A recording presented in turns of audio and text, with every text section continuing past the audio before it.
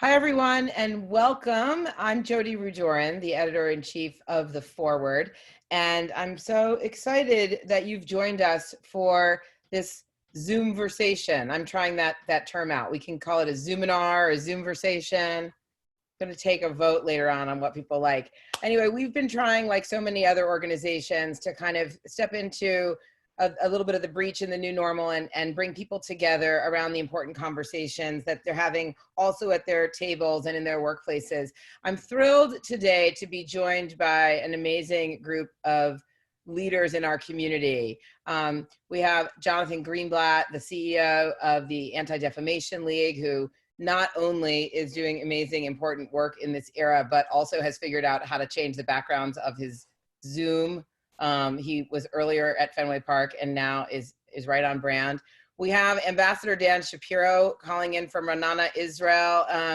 He, as you know, Jonathan and Dan, this is a little bit of a reunion for them. They both served in the Obama administration and have gone, to do more important work. Dan is still living in Israel, and I'll give you a little bit more of an introduction in a little bit. And we have Rabbi Felicia Sol of B'nai Jeshurun congregation in Manhattan. This conversation was originally supposed to take place at BJ, and it was actually Felicia's sort of inspiration and idea to bring people together for what she had called a Fraught conversation about anti-Semitism and racism in our politics.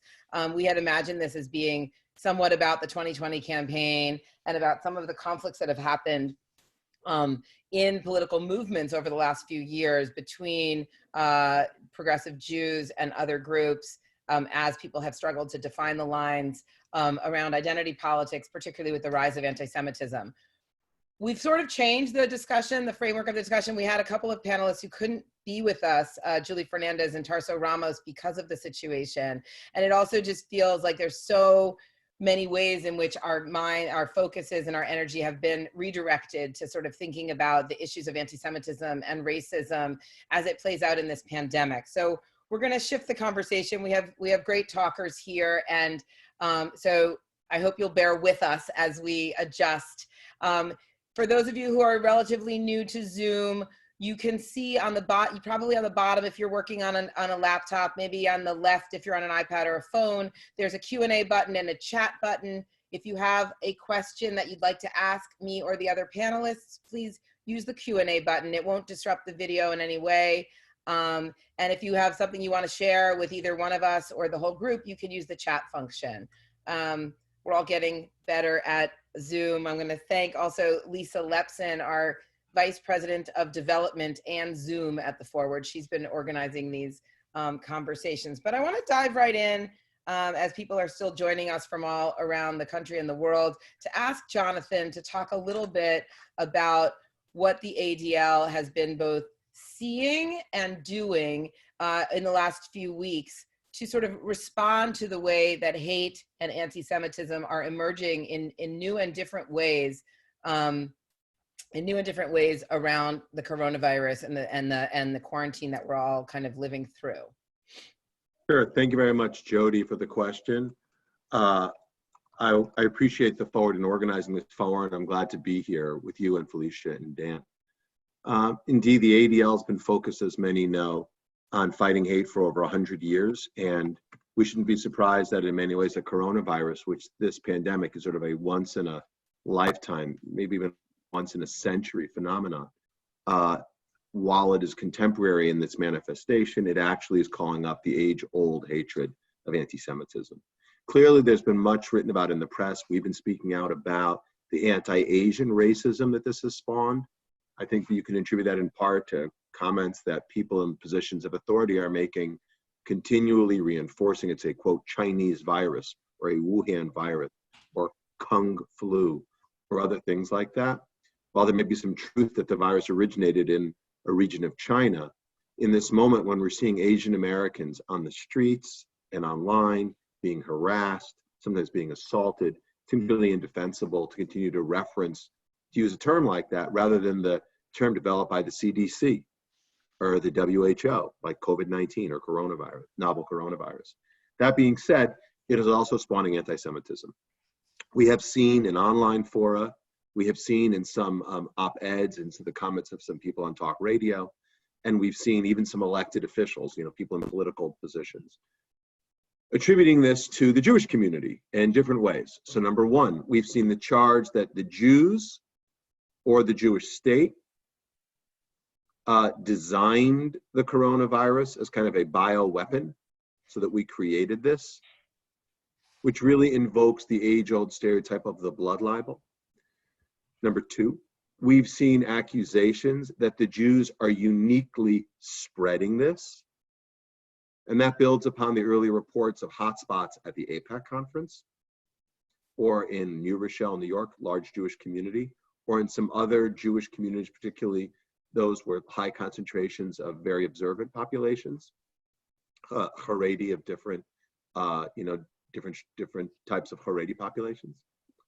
And by the way, there is some truth to the fact that indeed, in some instances, there are segments of the Haredi community that have not been observing the social distancing guidelines laid out by, say, Governor Cuomo or Governor Murphy in New Jersey, or even, Prime Minister Netanyahu in Israel. Nonetheless, obviously, the vast majority are behaving, along the lines that the rest of the population is. And then, but that invokes the accusations of Jews being dirty, right, being separate. And then thirdly, we've seen accusations of Jews profiting off of coronavirus. Some of this we've seen reference to the fact that there were reports about Israeli companies working on developing vaccines early on. And, again, an accusation that rings familiar to those who know about the stereotype of Jews and money. The accusation being that Jews or Israel literally are trying to profit off of the virus. An accusation, by the way, that I think will actually gain momentum as we come through the stimulus and into the recovery, when you will see Jewish nonprofits applying for the stimulus funds, whether those are grants or loans. You better believe the Jewish community, who tends to be well organized, if the communal infrastructure tends to be fairly well organized, if you compare it to other kind of faith-based communities, there'll be accusations that the Jews are disproportionately benefiting from this. And then you're likely going to see a number of private equity firms and hedge funds make investment decisions, whether it's buying distressed assets or loaning capital or taking positions in companies. Again, and then the accusations of Jews and money and Jews in Wall Street will likely come up. So we're seeing a lot of this right now. It's all very alarming. Unfortunately, it's very familiar and coming off of the historic rise of anti-Semitism that we've seen in this country. I'm sure many of the folks on the webinar are familiar with the fact that what we've been reporting on, watching while anti-Semitic incidents have remained low, the actual attitudes are low in this country. Incidents have gone up to historic levels in recent years. And we're about to release the 2019 numbers, and they are dramatic. And everyone knows, from Charlottesville to Pittsburgh to Poway to Muncie to Brooklyn to Jersey City, there are so many high-profile anti-Semitic incidents. It's been very, very alarming. And so this trend only seems to reinforce that it's now in the country.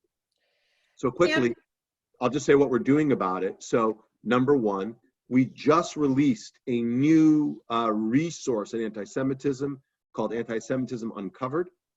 You can find it at antisemitism.adl.org, where we both help kind of lift up the IRA and other definitions of anti-Semitism, and provide a brief history, and go through the 7 most common anti-Semitic myths and break them down, illustrating what are the historical origins, how does it show up today. Again, we can find examples from the left and the right. We can find examples from people on both sides of the aisle. And so what we're trying to do is to lift this up. So one thing we've done is put this out there in the public conversation so that an editorial board or a political speechwriter or the standards board of a social media company knows when something is really anti-Semitic. Second thing we've done is try to expose the hate. So you can find examples on adl.org where we are trying to identify how extremists are trying to exploit this moment, call attention to it in order to undermine their narrative. And then thirdly, the folks in our Center for Technology and Society out in Silicon Valley, who are always engaging with the big social media platforms, and we're talking to them, trying to pull bad content down, have been looking at the phenomenon of Zoom bombing, how extreme trolls and increasingly extremists like white supremacists are trying to penetrate the Zoom conference that we're using the platform right now to interrupt public venues like this and spread hate. So not only did we do some analysis around that, we released a new set of guidelines for how organizations can protect themselves from the threat of Zoom bombing. You can find that as well on adl.org. I've put the first report into the chat for everyone to look at, and we actually followed some of your recommendations to protect this conversation from Zoom bombing. So hopefully it will work. And I love the term Zoom bombing. I just want to lean into all the Zoom terms we can create.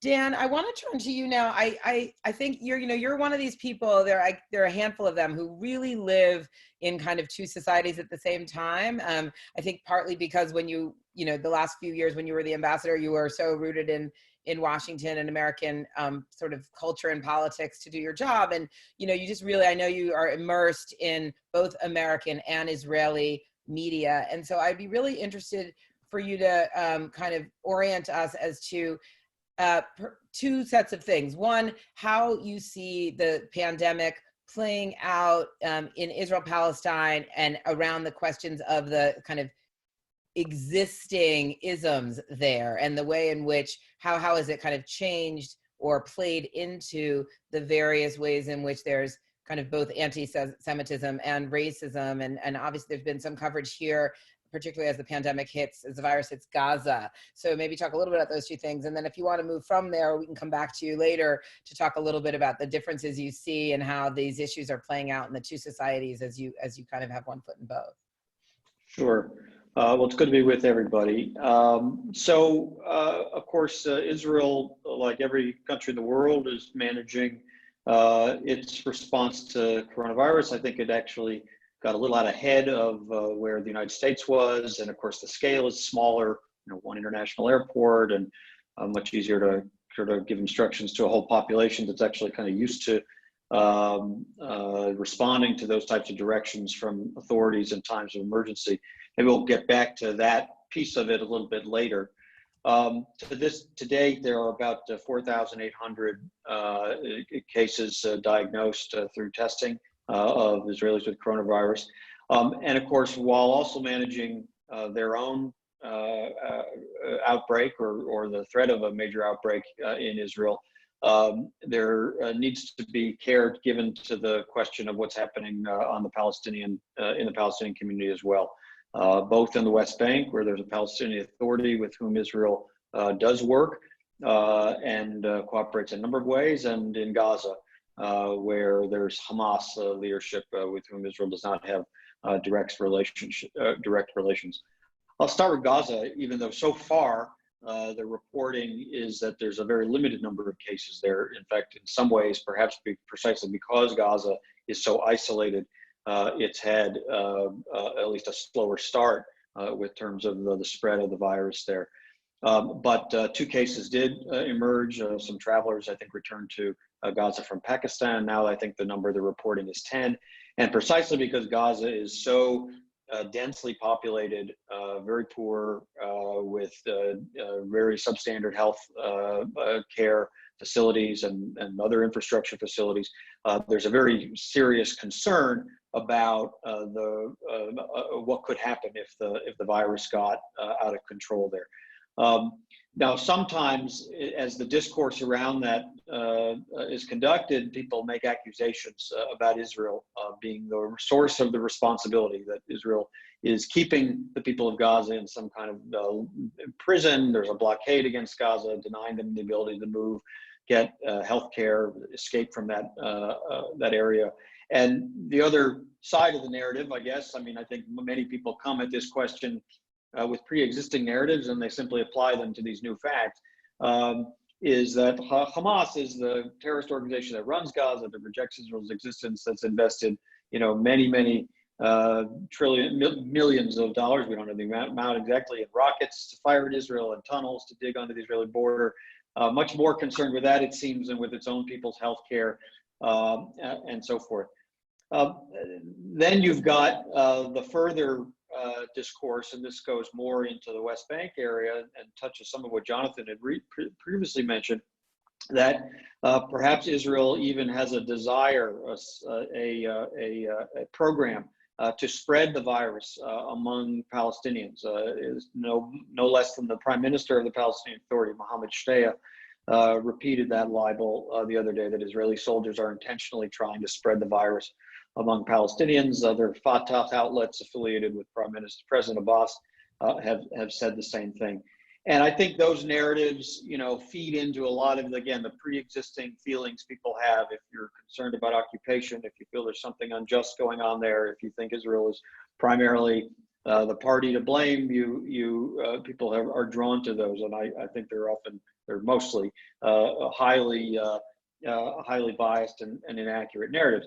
Meanwhile, the facts on the ground are actually a lot more complex, and I think actually a lot more positive, in that there's actually quite a lot of cooperation ongoing. And in fact, other PA officials have made very clear that the PA health authorities are in pretty much constant contact with the Israeli health authorities to exchange information, to ensure that there's at least a modicum of the necessary health equipment, protective gear, testing equipment, other laboratory facilities that Israel is either providing itself or facilitating through other donors.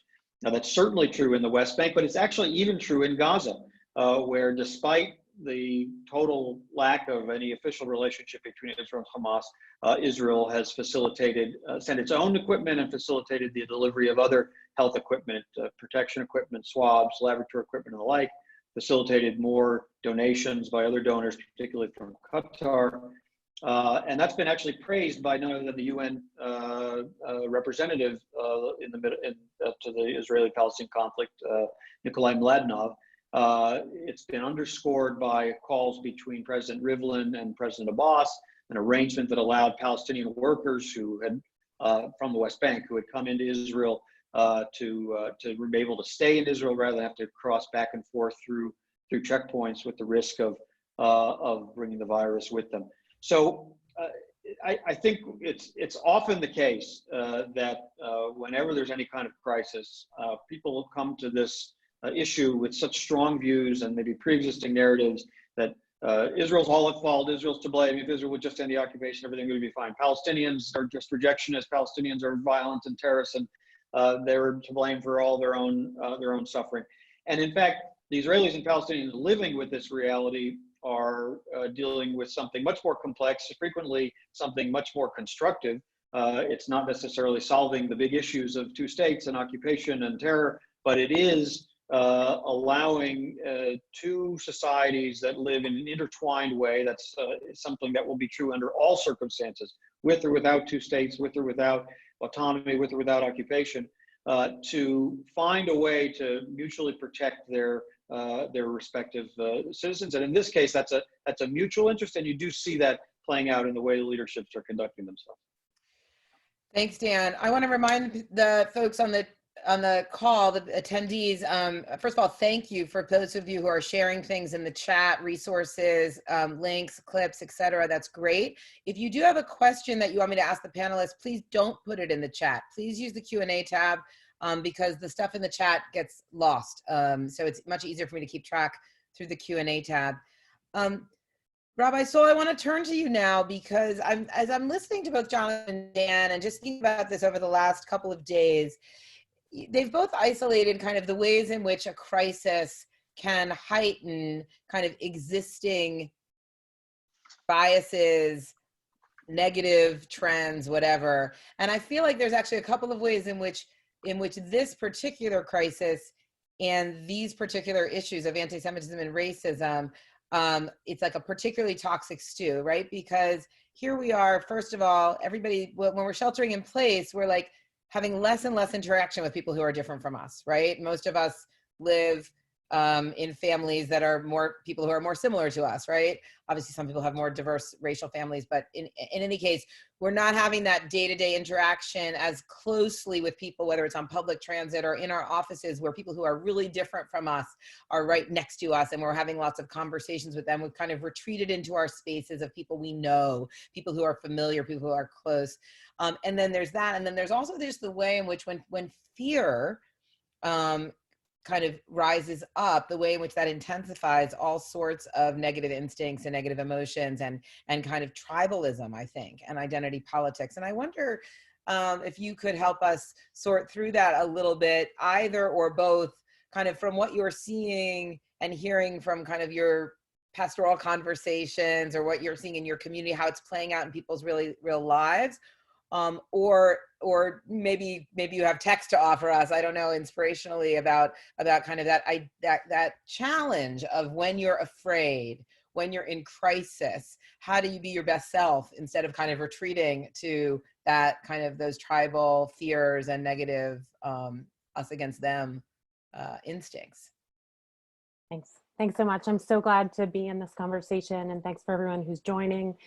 In many ways, I think, separate from this particular moment in time, what drove the origin of this panel in the first place was the sense that we have a lot of thoughts and ideas about who the other is, and less proximity to those people who are the other, whether it's ultra-Orthodox Jews in Muncie, or members of, you know, the movement for Black Lives, who are writing platforms, or at least some of them. And so with lack of proximity, and Brian Stevenson speaks a lot about this in his work and the Equal Justice Initiative, lack of proximity brings a lot of ideas to people about projections or fears that if we were a little bit closer, we might be able to understand where people are coming from, or not make large generalizations, or to empathize even for the most part. And in fact, we just entered the book of Vayikra, the book of Leviticus, last week, which is all about the notion of sacrifice, which is about offering ourselves up by coming close, which is a desire to come close to God. But I think it's no less true about being in relationship with others, that we can't offer our humanity if we're not close. And so I think there's a lot of worry, I mean, in our community, which is we're on the Upper West Side of Manhattan, so some might say we're a fairly homogeneous community in certain degrees in the geopolitical atmosphere. On the other hand, we have a decent amount of economic diversity, certainly family structure, and racial diversity, I think we wish we had more of. But there is a sense of isolation. I mean, isolation means being alone, and in one's isolation space, I think we fester with what we know. We seek sources that confirm our own biases and our own tendencies and thought processes, and we want to be comforted.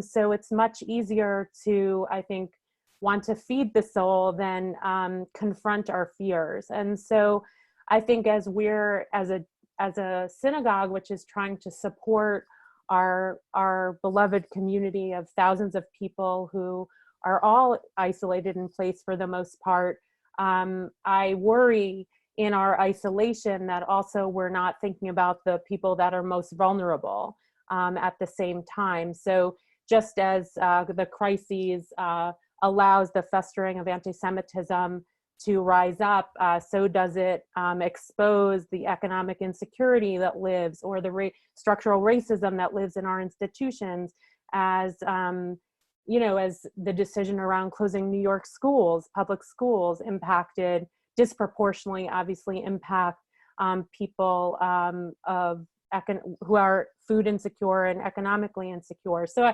I think we have to hold both where our interest lies in and where our fears are most high, in a sense. And as Jews, obviously anti-Semitism is front and center, and in these times as it festers and the numbers go up, as Jonathan speaks about, and the ADL has been incredible, I think, in not only focusing on anti-Semitism, but also racism issues like with Asians right now.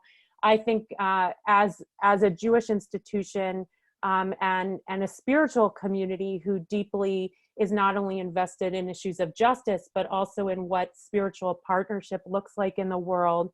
I feel deeply concerned that all that's being exposed, in addition to anti-Semitism and the racism towards the Asian community, that the structural issues of America, and this would be true about Israel as well, get exposed in really profound ways at these times. And so as we're trying to protect ourselves, that we consider what it would mean if we have a decent amount of privilege to think about what it would mean to protect also those that are even more vulnerable than we are.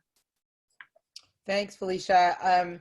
So I want to dig in there a little bit. I'm going to throw a few things on the table, including a sort of a specific question from Josh Eibelman on the chat or on the Q&A section. He makes a good point. He says, with respect to naming, why is it okay that in history we named previous pandemics, previous viruses by their place of origin, like the Spanish flu or Middle East respiratory syndrome, but not this novel coronavirus originating from Wuhan? Like, so is this just we're being more woke, or were those names also wrong? And I think I would ask, bringing up that history, Jonathan, for you to maybe talk, and then others can jump in, a little bit about the history of how the things Felicia was just talking about played out. In other words, like, you've been leading the ADL in the last few years. I guess some might argue that the Trump moment is a trigger that has led to this increased anti-Semitism, but how would, but something like this pandemic or a war, or I wonder if you could talk a little bit historically about how other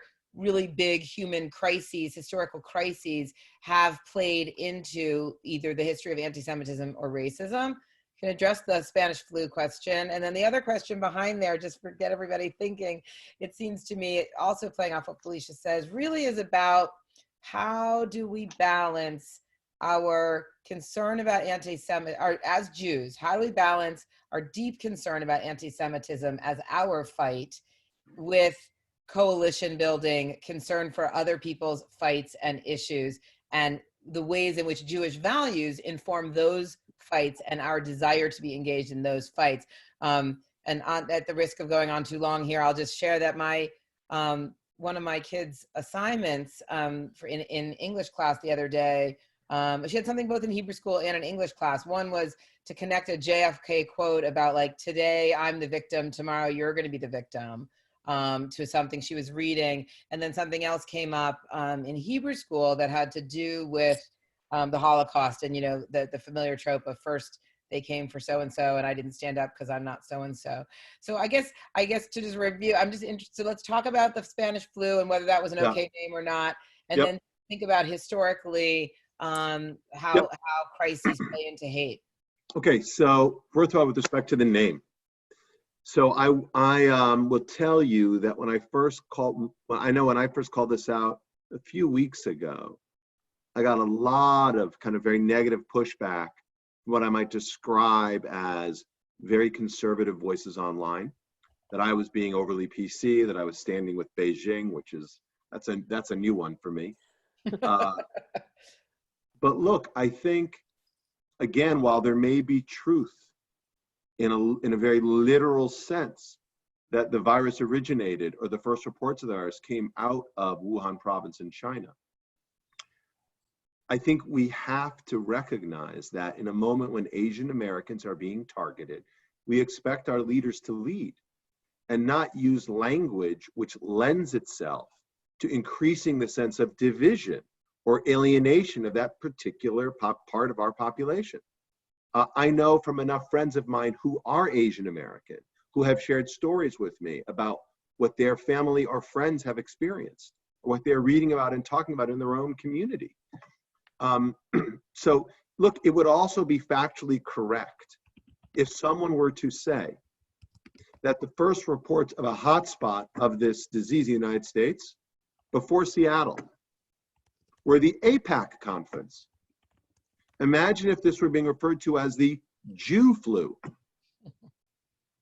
or the Jew York City flu, or something like that, because New York City has the highest concentration. We know when people in public life will say things about, oftentimes, like, quote, New York values, what they really mean when they say that. So I think in the same way that we would call it out, and we would if they had called it the AIPAC virus. And by the way, there were certain anti-Israel elements online who rejoiced in pointing out the fact that the first reports came out of AIPAC and sort of seemed to take some degree of pleasure out of the fact that reports of politicians being infected with the disease who went to AIPAC. So we would call that out as we're calling out the use of the Chinese term. Now again, the other thing to keep in mind is that the WHO and the CDC and the people with scientific expertise and with kind of medical wisdom are referring to it as the COVID-19 kind of virus or as a novel coronavirus. We should listen to the experts. We should not listen to the extremists. Can I just jump in on that before Jonathan goes to another point, just briefly, to underscore that, yes, the accuracy of where the virus came out of, but as he said, where the professionals have labeled it, there's a way these are labeled, but this is obviously a political strategy. That's clearly what is at work here, and the president choosing to apply those terms, the president's supporters applying those terms, not caring about the impact it has on the society and the way people are being targeted because of it, but also to the point that they are willing to hamstring their own, what should be a US-led diplomatic effort to engage with other countries in order to have a unified response to the virus. The G7 met over video to try to achieve what should have happened weeks earlier, a US-led common strategy to deal with a problem that obviously knows no borders. And they were unable to reach a consensus precisely because the United States insisted on the language of Wuhan flu or Chinese virus rather than the conventional terms. The same thing has hamstrung efforts at the UN Security Council, where obviously China has a veto. There's no reason to say China is immune from criticism for some of the ways it's handled it and some of the information it does not share transparently about this virus, but it is obviously a political strategy for the president to try to portray this as something from outside, something foreign, something that we are not to blame for, somebody else is to blame for, and all the knock-on effects of that, both in our own society and in our own international leadership, are now being felt. I couldn't agree more with what Dan just said. To the second question about how other incidents, excuse me, have promoted anti-Semitism, you don't have to look back very far. So around the run-up to the Iran nuclear deal, which wasn't actually a conflict, but there were lots of people who were very pro-deal, who were accusing Jewish leaders who were opposed to the deal as being quote-unquote warmongers. And the idea of Jews wanting world wars, the ideas of Jews trying to stoke conflict is, again, an age-old anti-Semitic trope you can find pulled right out of the pages of the Protocols of the Elders of Zion. So that was very problematic just a few years ago. And again, there were many people who, with good reason, the Jewish community did not think the Iran deal was a good idea, who were not advocating for war. One of them was me. But I think the use of that term was problematic. Go back a little bit further, 2008, and the financial crisis.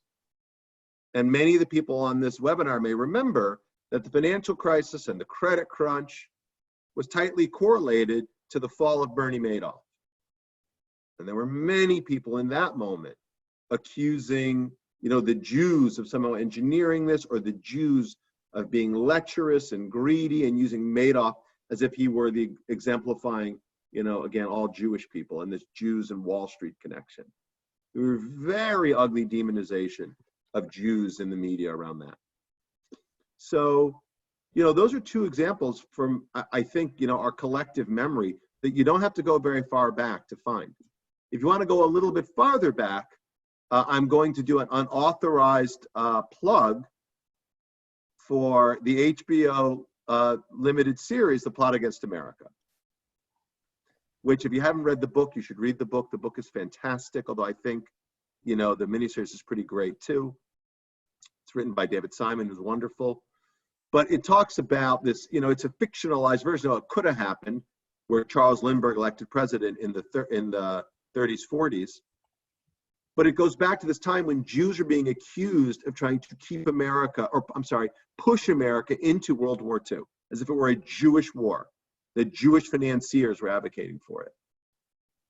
So you've got that as an example, running up to 2015 with the JCPOA, in between the financial crisis, all examples of when anti-Semitism has been prompted by or exploited by or used by bigots to try to pull the Jews into some crisis or make the Jews the story when we really weren't.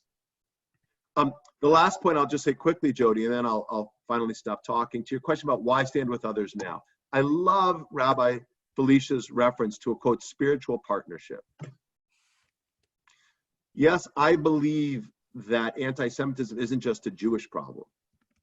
I think it's everybody's problem. And in the same way, I think xenophobia directed against Asian Americans or Latinos or Arab Americans, anti-Muslim bias, anti-racism bias. I think racism is not just a problem of Black people, it's my problem. It's my problem as an American. Because this country, it can't be what the founding fathers aspired to when the plague of racism still infects our communities. And it can't be the place that accepts, I'm gonna butcher the Emma Lazarus poem, but that accepts the huddled masses, something as equals, when Asian Americans are being attacked on the street, people trying to tear masks off their faces. And so we stand up and speak out for that because of the ADL, our mission statement, which was written in 1913, compels us to. The mission statement of the ADL is, quote, stop the defamation of the Jewish people and secure justice and fair treatment to all. So we are literally, it's encoded in our organizational DNA that we think the best way to fight and defend the Jewish people is to fight and defend all people. That's what we believe.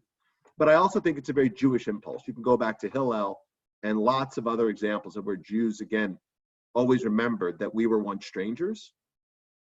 And so it compels us to also be there for the stranger. And I'll put a punctuation mark on this by just saying, I wrote an op-ed in the USA Today about a week and a half ago with Andrew Yang, the one-time Democratic or aspirant for the Democratic nomination, about the link between anti-Semitism and anti-Asian racism that we're seeing in this moment. And I think there's a link to the op-ed in the chat that people can check out if they're interested. Great, thank you.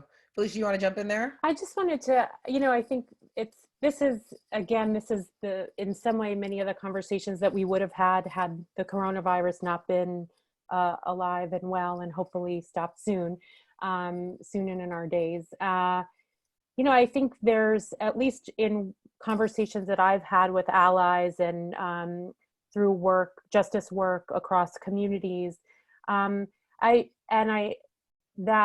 one of the challenges I think the Jewish community has, because it is so organized and has a decent amount of power and has voice in so many different venues, that because of the historic and justified concern around anti-Semitism, that sometimes it disproportionately silences the more marginalized communities in our midst who have less of a voice, who have less access to resources, which doesn't mean the Jewish community doesn't have challenges around resources. And I think this is one of the struggles, or where I think there's a little bit of heat, in the conversations in those spiritual partnerships across allies around many different issues, whether that's in New York City specific or around the nation. And I don't know that there's a simple answer, which is why we wanted to have this conversation in the first place, which is how can we own and hold our own victimization, and how fear and hate manifest in age-old tropes that live not only in our country, but in the world at large, while also recognizing that there are some really profound structural issues that live in our country that have made other people's voices much more silenced. And I don't have a simple answer for that question. And it's not about choosing someone else who's, quote, weaker or less privileged than I am, because I certainly don't want to give up my own right to protection and safety. and security in the same way that I wouldn't want Israel to give up that right to safety, protection, and security. And it's also to have, I think, sometimes, not all the time, and I think the ADL under your leadership, Jonathan, has done a pretty excellent example, has raised up those issues that are not only about the community, the Jewish community, but I do think there's a question in our time about that, given how far Jews have come in the United States, and who we understand or even ourselves to be, that they're Jews of color who are living between, you know, experiencing racism and anti-Semitism, and yet in these conversations get asked to choose which they most identify. And so, you know, I think this is the spicy, you know, of it, that will not go away after the coronavirus. It existed well before, which is what was driving the panel. And in some ways, I think we wanted to have the panel because there was a concern that some of these very tensions are going to actually eat at the Jewish community in really profound ways here. And it's a worry because of the desire for Klal Yisrael and also a Jewish unity in America. And they're given political differences or proximity to different populations. There's a real, it's like a, you know, how things are playing on social media, et cetera, really don't allow for really nuanced, sophisticated discussion, both internally with our community, as well as with partners, spiritual partner communities that really, I think, want to do away with and silence white nationalism and all these kinds of things. So I just want to raise that up. And again, I don't have simple answers. That's why we asked you, the experts, to come on and have a panel. But that's where some of my worry lies around these issues. And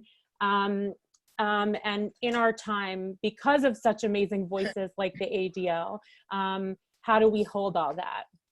Thank you. And speaking of Klal Yisrael, I'm going to go to Klal Zoom because we have a lot of questions coming in, and just I'll sort of give a little warning. They're a little all over the place because our conversation is a little all over the place. We have such great people on that I think people just have really good questions for you all. So I'm going to kind of run through them. I also meant to start at the beginning, so I'm going to take on moderator's privilege for a little shout out. Today is my parents' 57th wedding anniversary and my very good friend Esther Block's birthday, and I think they are all on this call. So happy birthday, happy anniversary. Can I also add that our director of community engagement, Rabbi Julie Fernandes, who was also a part of organizing this panel, it's her anniversary as well. So. Fantastic. So big day. And yeah, so I know it's really hard for every morning I look at the Facebook notifications about people's birthdays and I just think, ugh, how hard it is to make a birthday in this time. And we've had some cool things happening in our community of people like clapping on the steps. And anyway, so just wishing people who are celebrating milestones the best as can be expected. I'm going to go, here's a question. There's kind of two questions that are related. From Noe Granados asks, Dan, you talked about how Israeli-Palestinian cooperation in COVID-19 has been going pretty well, and that generally people often complain about how reluctant the Palestinian leadership can be to cooperate. So what's the prospect that cooperation is going to lead to anything lasting? I think there's a related question I'm just trying to find again, so I'm filibustering here. But yeah, why don't you jump in on that? Is there any chance that this is gonna that we could come out of this with some better cooperation or better understanding about cooperation? Actually, and here's a related one, different, but Jeremy Roth Kushel wants to know whether Netanyahu is exploiting the pandemic to further roll out authoritarian, anti-democratic civil rights eroding policies and high tech in Israel via the security services. So two sides of that coin you want to jump on. Sure. Look, I think this is a unique crisis, obviously, and I would be cautious about extrapolating what it will produce in terms of long-term change in how Israelis and Palestinians deal with one another. It doesn't address the fundamental questions of statehood and overlapping claims to land and historical traumas that each side have experienced. I think that's, we should be cautious about that. Having said that, it could be an example and maybe even a kind of catalyst for a broader kind of Israeli-Palestinian cooperation. Not that it's going to replace the effort to achieve some sort of lasting peace between them.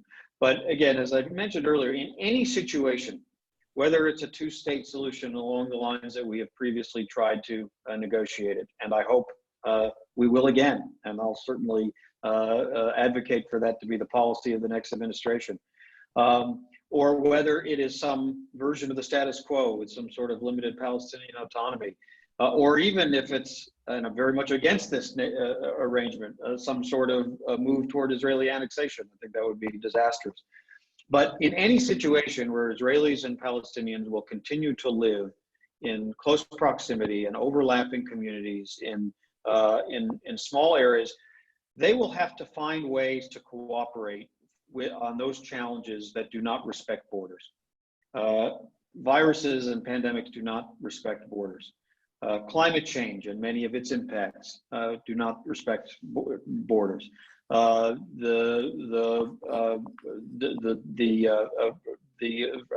Eroding water resources, or reversible, the opportunity to expand water resources through conservation and technology and desalination, those are both problems and solutions that don't necessarily respect borders. And so if the principle is established that when a mutual interest is identified on addressing a crisis, a problem, a challenge that doesn't respect those borders, it should be possible, or at least it should be more possible than it's been in the past, for Israelis and Palestinians to deal with that challenge on its own merits, on its own terms, without subjecting it to the conditionality that only if all of our other concerns are addressed will we be responsible. Only if Palestinians clear some certain bar in terms of how they talk about Israelis or stop incitement or sort of will Israelis be willing to provide resources and healthcare and economic opportunity and so forth for Palestinians, or only if Israel will forswear once and for all claims to land over the 67 lines, will Palestinians agree to work in a cooperative way to prevent the spread of the pandemic. I think there's opportunity there for a model that they are going to need in almost all circumstances, without sacrificing broader priorities, but also without conditioning any cooperation on the achievement of all of those priorities. On the second question, obviously this pandemic has overlapped with the Israeli political crisis of 3 consecutive elections, or basically the aftermath of the 3rd consecutive election of essentially an inconclusive result. And without the kind of parliamentary oversight that generally would exist if the Knesset were functioning and a government were in place, not a caretaker government, as Israel had now for well over a year. The main concern that was raised by some Israelis regarding whether the government was overstepping bounds had to do with the denounced use of electronic monitoring, surveillance, essentially, technologies to track people who either had been exposed to the virus or were supposed to be in quarantine or might have come into contact with somebody from whom they could have contracted the virus, and then to notify them and use that as a technology to track people's whereabouts. And this is the kind of thing Israel has used historically in its fight against terrorism, but has not used with respect to its own citizens. And it was rolled out with the security services. The Shin Bet is the lead agency in charge of it, a somewhat shadowy agency, without an existing parliamentary committee that could give it the oversight that is normally due. Now that committee has been established. That was part of the process that the 2 parties went through as they neared a complete blow up of the Knesset over whether or not a speaker would be appointed. But there is now parliamentary oversight. But look, it's a question that is not specific, I think, to Israel.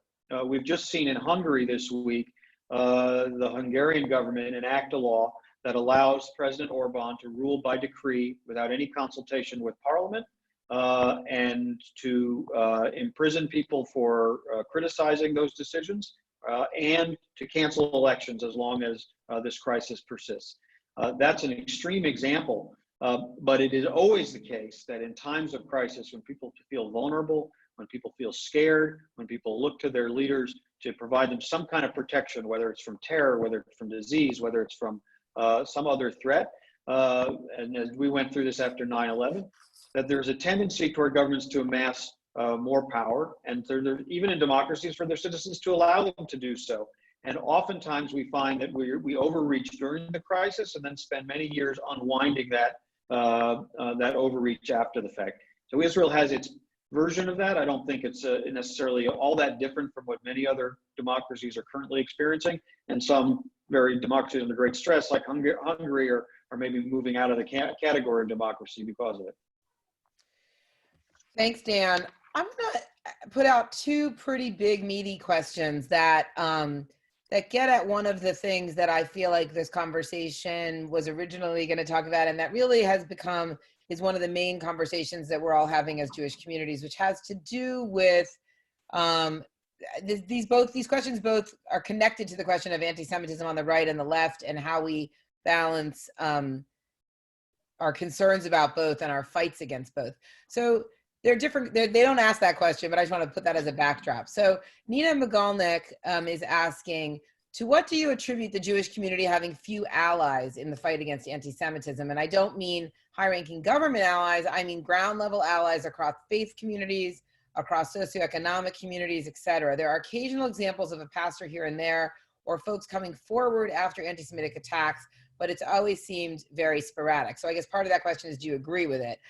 And then on the, I think the flip side, Josh Eidelman is asking, how do we address groups, maybe these are on the same side, I don't know. How do we address groups such as Jewish Voice for Peace, and if not now, who are, in his words, Josh's words, spreading the libel against their own people, Jews, in terms of accusations against Israel being responsible for coronavirus in Gaza and West Bank? And I guess I would add to that question, and maybe to both questions, is like, how do we as Jewish leaders have a broad debate and not define people out of the debate based on who they associate with or what group they're in? How do we get people focused on kind of the content and not kind of who's saying what or who they're allied with? So I know I just put a lot out there. Probably each of you has some stuff to say about it. So let's try to keep the answers quick. And maybe Jonathan, you want to start? Sure. Why don't we have more allies? What do we do about Jews expressing potentially anti-Semitic Sure. tropes? So I think there are a few things. So number one, I guess I don't know. Hi, Nina. Thank you for the question. I don't know that I necessarily agree with the assertion that we don't have more allies. I will acknowledge at the same time, you can never have enough. So that may seem like, you know, a bit paradoxical, but I do think we have allies. I know we have allies because I talk to them all the time. And, you know, whether you like it or not, from the evangelical community to the African-American community, within the Muslim community, AFAM, or Latino community, excuse me, and many others, we have allies who show up. We do. Now, again, it might not feel like we have the grassroots support that some other kind of broad-based movements have in this moment, and there may be some truth to that. I do think, for example, Israel becomes a real lightning rod. And for many millennials, and we know this, millennials tend to be more progressive and they tend to have a certain set of views on Israel, which is different than prior generations. But we do have plenty of allies out there. And so I think a lot of times I do hear people fret like, well, where's the Black community for us? They're still there. It's up to us, though, to not take that for granted and to, on an ongoing basis, recognize the complexity and challenges that they and other communities face, and to be there for them like we want them to be there for us. Not to pat ourselves on the back because of some prison reform effort, but on every day to be deeply committed to the work and to showing up and sacrificing, just as our forebears did, and just as is asked of us today. I think to the second point, yeah, look, it's certainly very fair to say that Jewish people can express anti-Semitic sentiments. Anti-Semitism isn't the monopoly of extremists. And it certainly isn't only show up on one side of the political spectrum. And without I'm not going to get into any detail on some of the groups that were named. And I'll just say that on the chat, somebody has pointed out those groups have not said anything like this. That's something the questioner said. I don't have any. I won't respond to that, but I will make one point that, again, you can go to our resource, Anti-Semitism Uncovered. I do deeply believe, and I've said this before publicly, and I'll say it again now, in our contemporary context, anti-Zionism is a kind of anti-Semitism. Let me actually be more clear. Anti-Zionism is anti-Semitic. Now, you may say to yourself, well, I'm Jewish, or I have a Jewish friend, or I'm a member of a group, and we're anti-Zionist. I get it. I know that. I know people in the Jewish community who are Yiddishkeit, who define themselves as anti-Zionist. And I think it's one thing I understand if you are a Palestinian whose family was dislocated in 1948, why you would be anti-Zionist. And I understand if you are a person with family in the West Bank who has experienced harassment by the IDF or been unfairly accused or whatnot. I get it. But the fact of the matter is, and there's not enough time left, forget in this Zoom, there's not enough time left in this week. There's not enough time left, in this calendar year to go through all the examples of anti-Zionist protests manifesting classic anti-Semitic tropes, of anti-Zionist propaganda, whether it comes from the Soviet Union or from Arab media or from other activists, representing the same old canards and used to justify violence against Jews. And so if you're an anti-Zionist, you have to own that and recognize that, because it's the reality that Jews face on college campuses, in public places, and I think unfortunately it is where we are in the world in 2020. So we are getting close to out of time. I'm going to go to Felicia and then Dan to just kind of pick up some threads, and then I'll close us out. So I just want to say, I think there's we have a long list of who are the marginalized communities, or why aren't they doing that? Why aren't we in partnership? And I would say in 2020, the Jewish community is that, right? Like, the Jewish community is Latinx, the Jewish community is Black, the Jewish community is LGBTQ, the list goes on. And one of the things I think that often is a stopgap in Jews' relationships with other communities, that the Jewish community sees itself as primarily white and sees itself as having the self-interest internally to partner with our own community to understand what are the issues that are alive and well in our own community. And that's a real shift, I think, for the Jewish community writ large to think about. Second, I think how Jews often show up is from, some would say, a white supremacist orientation of a helping quality towards more marginalized community, rather than a proximate relational partnership with, if you're talking local, most, I would say, of the at least Jewish organizations in New York, like Jews for Racial and Economic Justice, or Avodah, or Bend the Arc, of which I was on the board for many years, they're in relationship, real relationship. And so they show up for one another. The immigrant community in Queens, J-Fridge has been in relationship with them for years. So I think that's a very local issue. I think about grassroots organizing on the ground, and how can we be proximate? It goes back to the beginning of the conversation. How can we be in proximity and really understand who are we in our cities or in our nation? Obviously, larger leadership with more powerful voices on higher national scope is a different issue, of which I think Jonathan has more conversations as the head of the ADL. And I guess I would also, everyone has their red lines, I suppose. And I don't know particularly that I'm willing to say, well, these people are in and these people are out. And I think part of the community challenge right now in 2020 is this litmus test that allows people to make those border lines in ways that I don't think are particularly helpful right now. If not now, people who found it, if not now, are millennials who grew up profoundly committed to the Jewish community. This is part of our future. And if we're not willing to be in relationship and hear out the why of that, we're not going to get anywhere. And so I feel, you know, it doesn't mean that we can't critique. I mean, this is where real conversation over hard lines is really important that we're trying to have. And so the more we can bridge those gaps in conversation and understand where people are coming from, even if we fall out on different political landscapes or even Jewish landscapes, you know, that's fine. But to rule people out because of what they believe, unless it's dangerous, and some people obviously see danger in different ways. And the last thing I'll say is Eric Ward, who's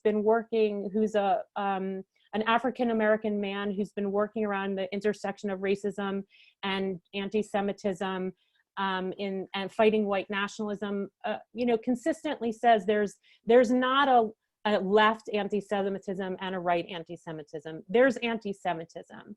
It comes from the same place. How it shows up is really different, but it's the same. And I think ultimately that's true. Thanks, Felicia. So we are at noon. I know people are going to drop off. I do want to give Dan a last word, and then I have my own last word. So let's, and Dan and I have had so many conversations about the importance of critiquing the argument and not the source, the person, the organization, not defining people out of the debate on Israel-Palestine. But Dan, just pick up anywhere you want and give us a brief, a last thought.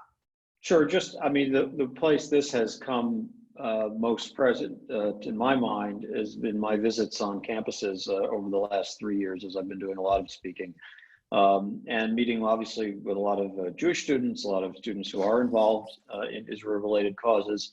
You know, they described, it varies obviously from campus to campus, but sometimes the thing that is most painful is being told that they should be excluded from progressive coalitions on other issues, against racism, for LGBT rights, for immigrant rights, for workers' rights, for other kinds of progressive coalitions, causes about which they feel very strongly, because there's something inherently antithetical to progressive values about believing in Israel's right to exist and be secure, even if you also believe strongly in Palestinians' rights for security and statehood and independence.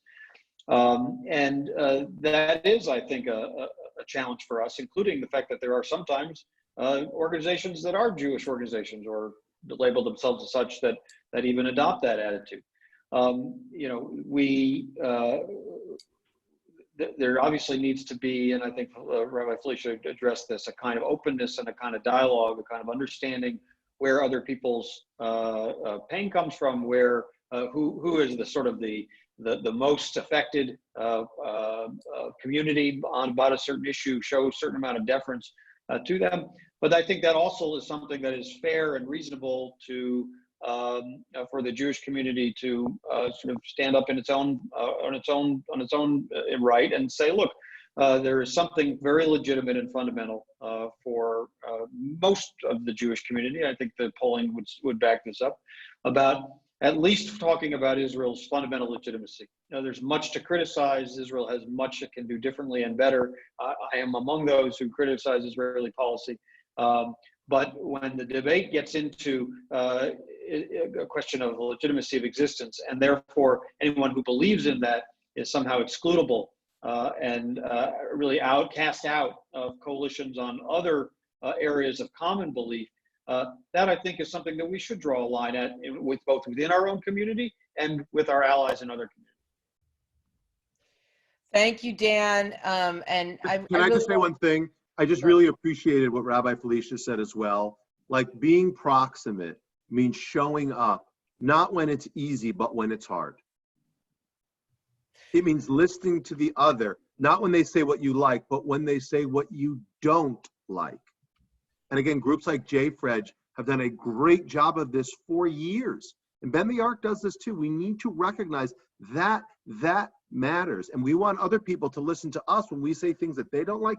We need to have the same degree of humility and the same degree of openness. I mean, I totally agree, Jonathan. It's very much foundational to kind of what we're trying to do at the Forward, especially in the opinion section, which is, it's not that you should like the Forward because it contains articles that reflect exactly what you think or that you could have written yourself. It's that we're providing you, we hope, with things that push how you feel and how you think and that make you think of new things. So, or a new way of perspective and of empathy with people who really profoundly disagree with you and see the world differently. How do you understand their perspective? And so I think we all— That being said, I think what Dan said is right as well. And so some of the stuff you publish in the forward that demonizes Israel, draconian blockades of Gaza, as if they're creating the coronavirus, I don't think is that helpful, for the record. I love the forward.